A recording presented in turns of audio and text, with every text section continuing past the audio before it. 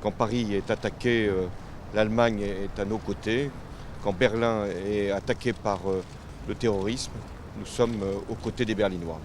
Attentat du Bataclan, de l'hypercacher, fusillade à Charlie Hebdo, meurtre de masse à Nice, assassinat de prêtres, décapitation d'enseignants. En France, 264 personnes ont perdu la vie sous les attaques islamistes depuis 2015. Fusillade près d'une synagogue à Halle, attaque d'un bar à chicha à Hanau, meurtre d'un responsable politique à Ista. En Allemagne, avec plus de 110 morts depuis 2001, c'est surtout l'extrême droite qui tue.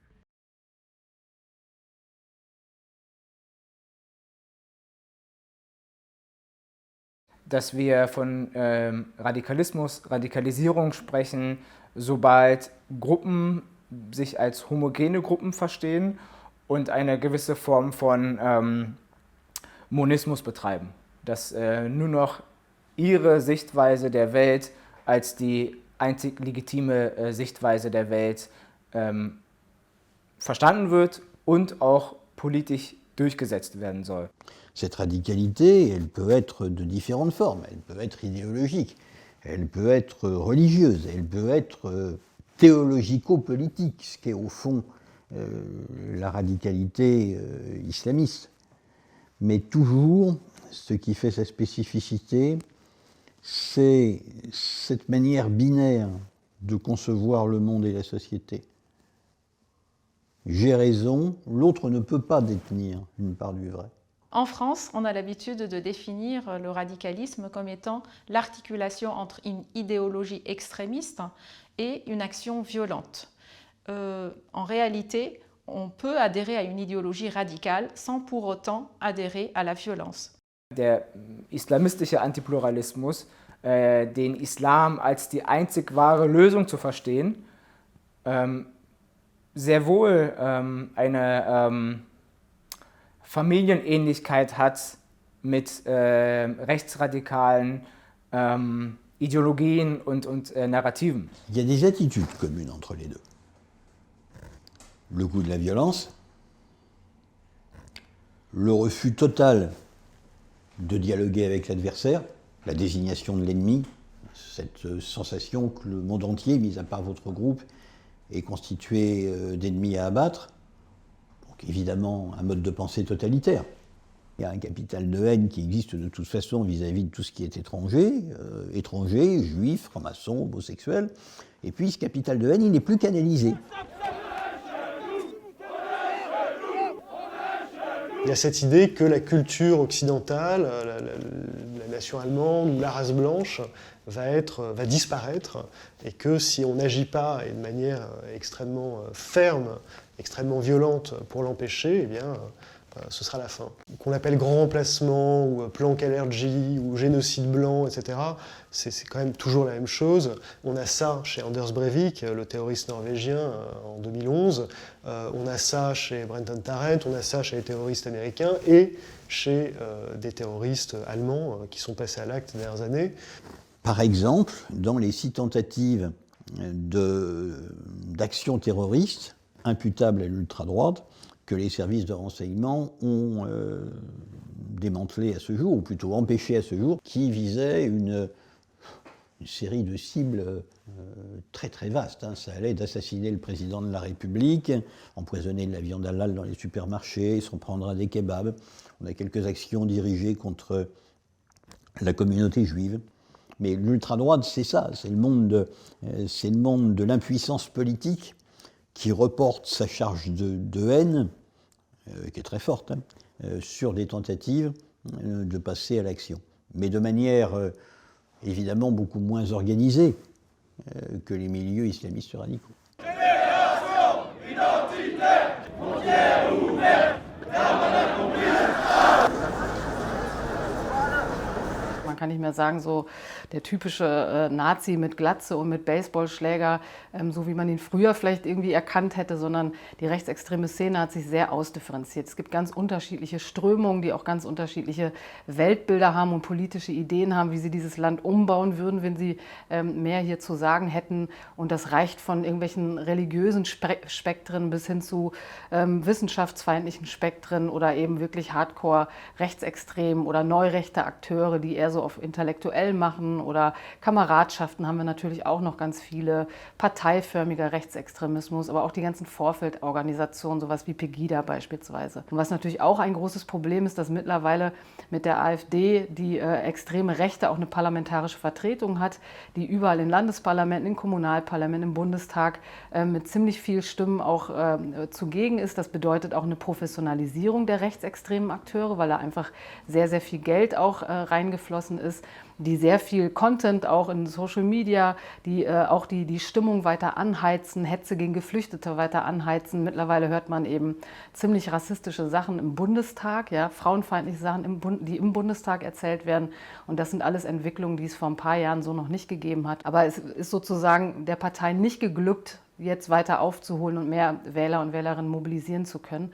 Und das sehe ich nochmal, da ist nochmal ein deutlicher Unterschied zu dem, was beispielsweise in Frankreich ist mit Marine Le Pen oder sie, so, die noch ganz andere Wählerschichten mobilisieren kann, weil sie vielleicht bürgerlicher daherkommt, weil sie als konservativer gilt und weil sie auch ein bisschen verbal abgerüstet hat. Und da sehe ich beispielsweise auch Unterschiede zu Deutschland.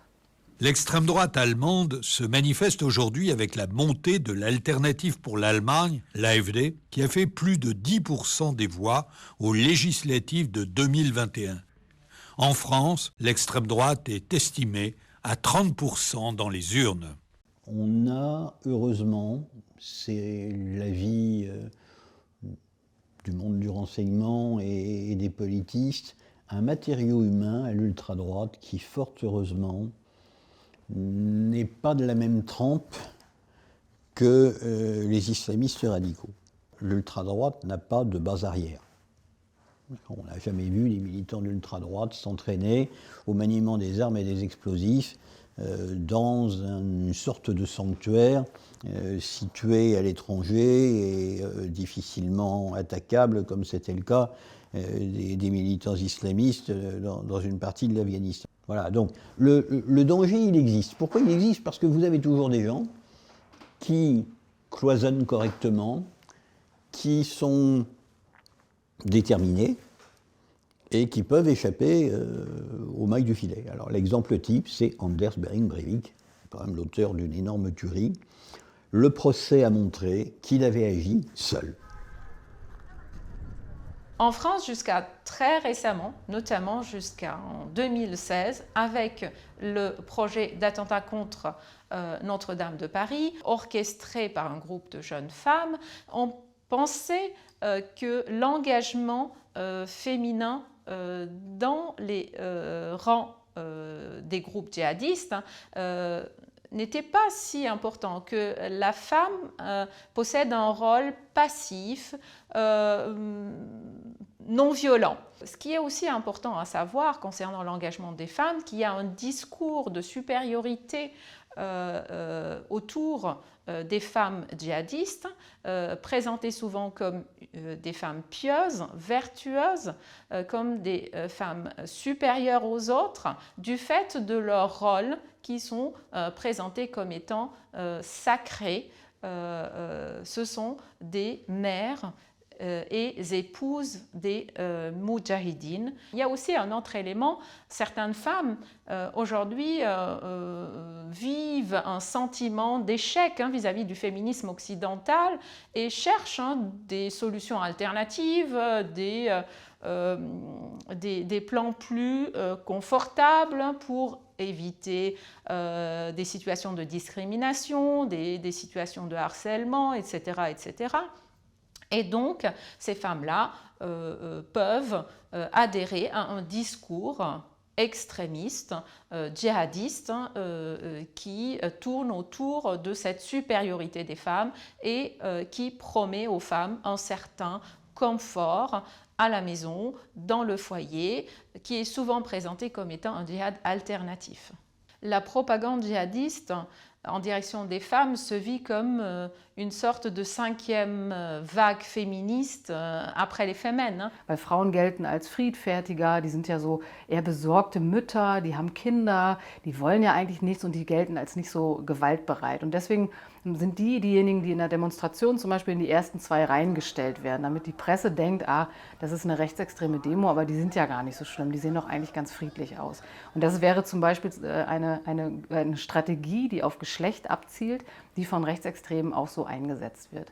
Und dann gibt es auch immer die versuchen, über Instagram beispielsweise junge Mädchen anzusprechen, die sagen, guck mal, komm mal zu uns, da kannst du wieder schön sein, da musst du nicht feministisch sein, da kannst du wieder Mutter sein, und die eben versuchen, dann junge Frauen zu interessieren für rechtsextreme Ideologien. Und das Gleiche gibt es natürlich für Jungs auch, ne, dass man so soldatisch ist, dass man stark ist und kampfbereit ist, dass man die Nation schützen will. Und damit versucht man so ein bisschen Jungs für das Projekt des Rechtsextremismus zu adressieren. Und das tun sie leider auch sehr erfolgreich. Gemeinsamkeiten in dem Geschlechterbild, in dem Rollenverständnis der rechtsextremistischen und islamistischen Gruppierungen gibt.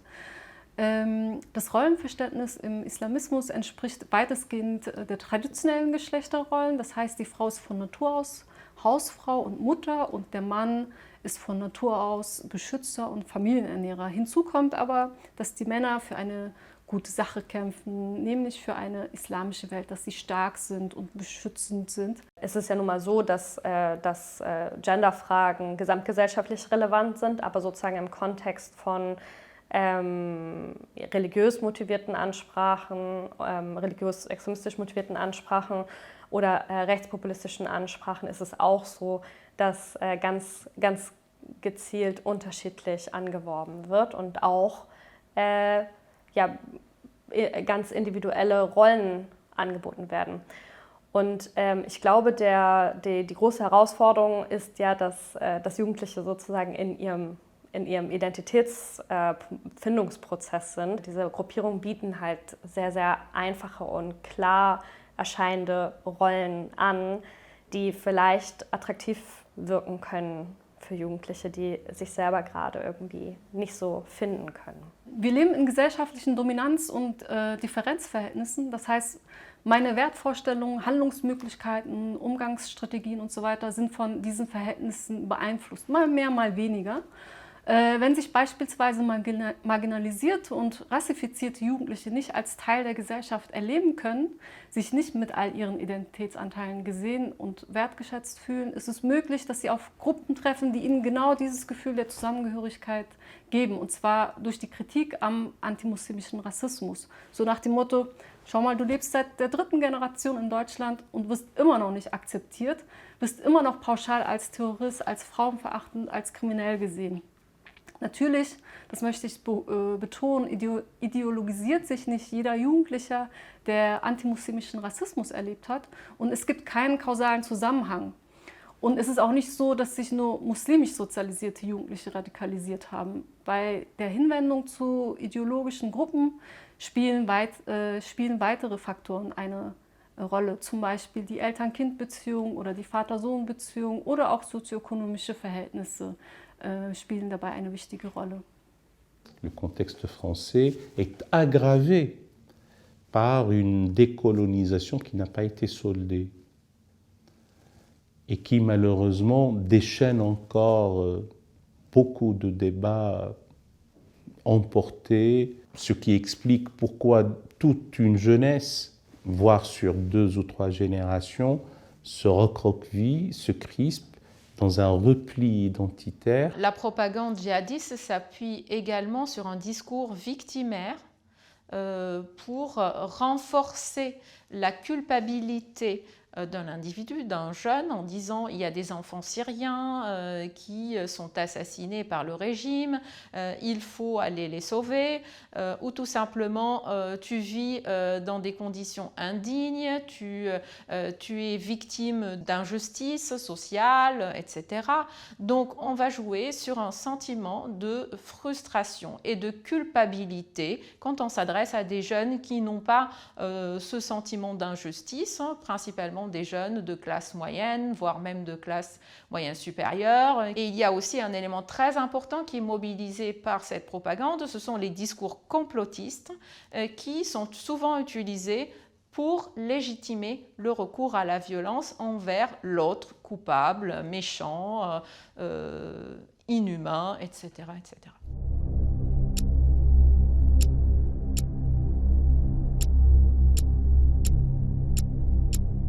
Le complotisme, c'est un moment du crime terroriste. C'est un moment à plusieurs titres. D'abord parce que c'est un levier de recrutement.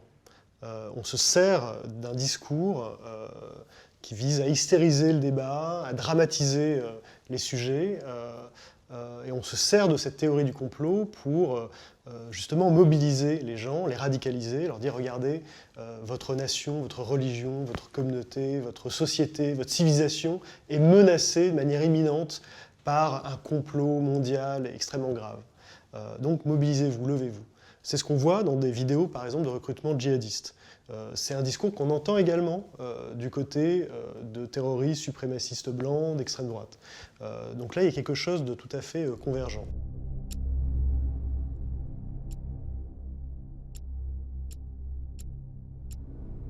Je crois qu'il n'y a pas une solution unique pour combattre le complotisme et l'endiguer.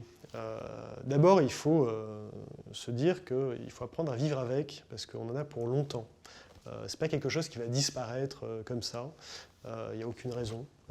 Donc, il faut apprendre à vivre avec. Et apprendre à vivre avec, ça ne veut pas dire être complaisant avec. Ça veut dire savoir où est la limite, savoir l'endiguer précisément, et en limiter l'influence, notamment en prenant ses responsabilités lorsqu'on fait profession d'informer ou de gouverner. Ich habe das Gefühl, antimuslimischer Rassismus wird immer stärker in Deutschland thematisiert, vor allem nach den rechtsterroristischen Anschlägen von Halle und Hanau hat das Thema rechte, rassistische und antisemitische Gewalt nochmal mehr Aufmerksamkeit bekommen, auch von allerhöchster Stelle. Das ist gut. Ich glaube, die Solidarität nimmt zu, gleichzeitig nimmt aber auch der Hass und die Hetze zu. Da sieht man eben, dass es eben mehr solcher Anschläge in jüngster Zeit gab in Deutschland. Und ja, deswegen ist es gut und wichtig, dass das Thema mittlerweile jetzt seit 10 Jahren ein Wahlkampfthema ist, ein Thema ist, was Öffentlichkeit interessiert, was Debatten mitbestimmt. Les idéologies doivent être aussi dirimées par le débat d'idées et par la connaissance.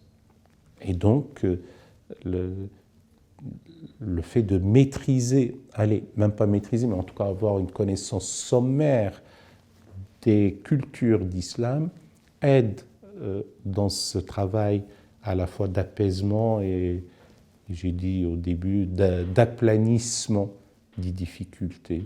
La meilleure réponse au fondamentalisme, au fanatisme, au radicalisme, sans transiger sur les valeurs républicaines ou les principes républicains, demeure, après la riposte sécuritaire et de renseignement, cela reste la beauté, l'esthétique, les belles lettres, les beaux-arts, la poésie, la musique, les humanités, l'humanisme en somme. Il faut continuer à expliquer, à parler, à trouver les arguments puisés dans le patrimoine religieux aussi.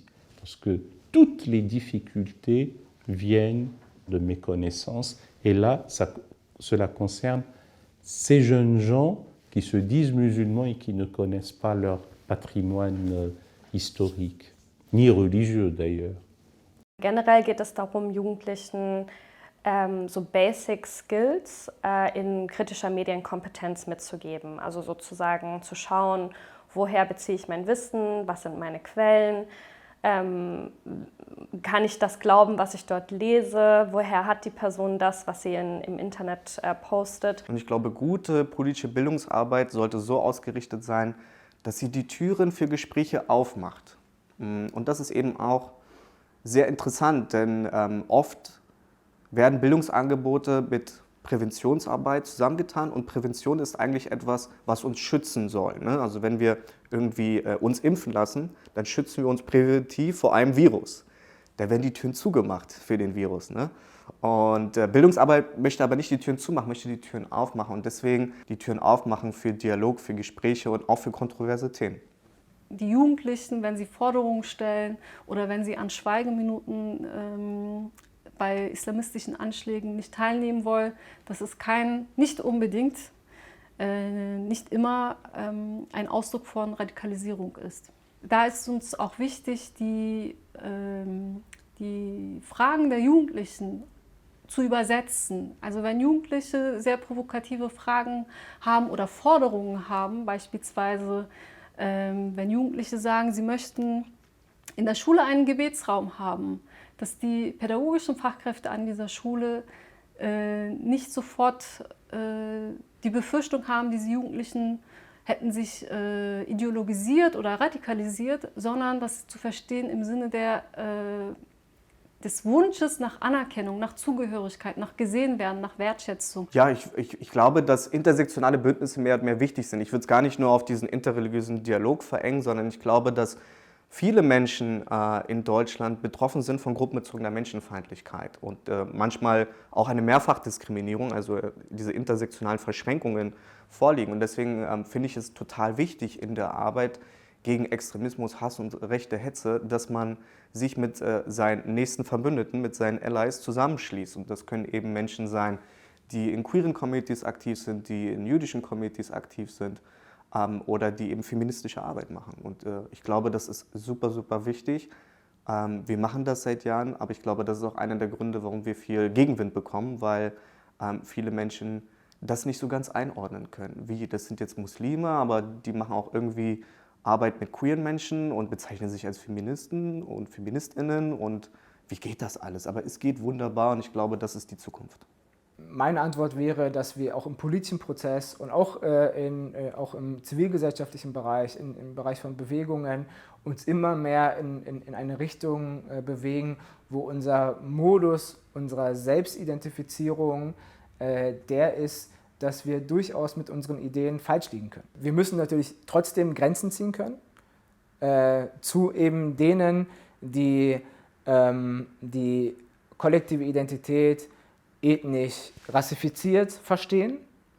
Dennoch müssen wir immer wieder Allianzen auch neu justieren. Und um uns neu justieren zu können in unserer kollektiven Identität und unserer Gruppenidentität, müssen wir halt eine gewisse Offenheit in unsere Selbstbeschreibung implementieren, dass wir durchaus auch mal falsch liegen können. Ich bin auch sehr dafür, nicht nur auf Jugendliche zuzugehen und zu sagen, hier, die hätten noch ein Bildungsdefizit, sondern das breiter aufzustellen und zu sagen, ja, Erwachsene müssen genauso adressiert werden, um die irgendwie fit zu machen, damit die Rechtsextremismus erkennen und ihren eigenen Rassismus reflektieren und dass die Leute einfach fit da drin bleiben. Und ich glaube, genau deswegen ist es total wichtig, dass es weiter eine Förderung dazu gibt, dass es eine Professionalisierung dazu gibt. Dazu braucht man Geld, wenn man Menschen dazu befähigen will. Und deswegen glaube ich, dass die Projektarbeit zu genau diesen gruppenbezogenen Menschenfeindlichkeit total wichtig ist.